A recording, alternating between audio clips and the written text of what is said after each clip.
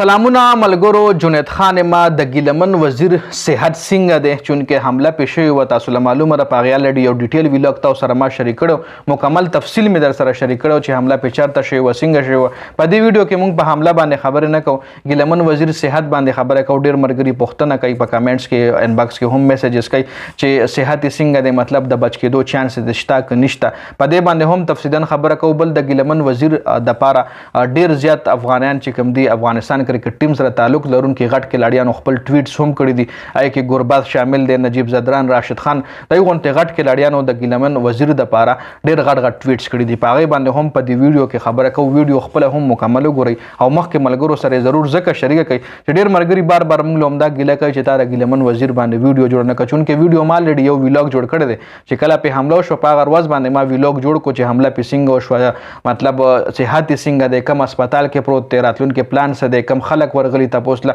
یو ډیټول ویلاګ تاسو سره ما شریک کړی. خو ډېر ملګرو به نه کتري، بعض ټایم کې د پیج چې کوم ریچ دی هغه ډاون شي، ویډیو زیاتو خلکو له ونه رسي.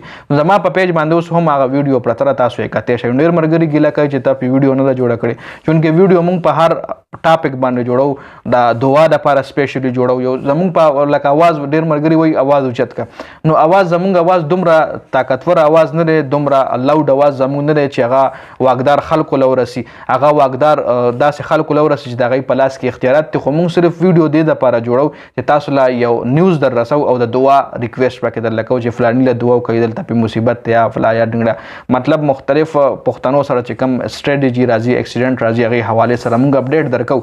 خو اواز چې کوم دی، اواز زموږ دومره غټ خلکو له نه رسي، خو بیا هم موږ خپل ناکام کوشش کوو. جي اوس خبره کوو د ګیلمن وزیر صحت حوالې سره. راتلونکي چې اوس چې کوم نوي اپډیټس راغلي نو د هغه ریکوري شروع ده. جي په پیله ورځ چې کوم حالات و هغې نه په دویمه ورځ حالات ښه شوی دی، په درېیمه ورځ د هغه نه هم حالات ښه شوی دی.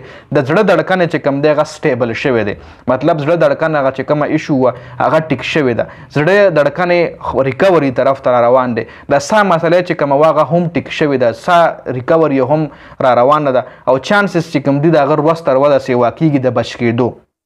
نو دا یو ښه خبر دی، دا یو ښه نیوز دی، د هغه د بچ کېدو چانسز ورځ تر ورځه سیوا کېږي. جي نو ګیلمن وزیر صحت حوالې سره دا اپډیټس دي.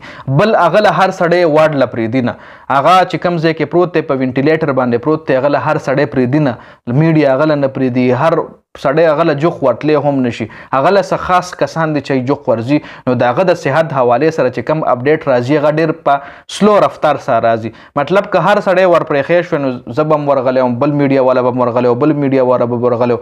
تاسو له مکمل تفصیل درکړی چې په څه حالات دی، مطلب راتلونکي ټایم کې ټریټمنټ څنګه روان دی، صحت چانسز څومره دي، پوره اپډیټ په میلاو شوی، خو هغه له هر سړی پرېږدي نه.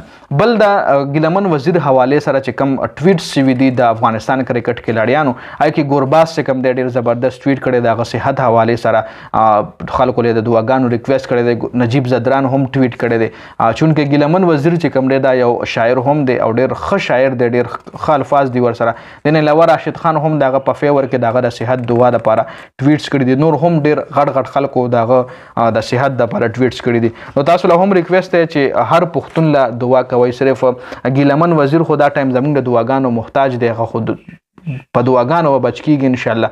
نو هغه له خو سپیشلی دعا کوئ. نور هم څومره پښتانه دي د هغوی د صحت دپاره، د هغوی د سر دپاره، د امن دپاره سپیشلی دعا ضرور کوئ. د ویډیو کتلو زیاته مننه. جي والسلام.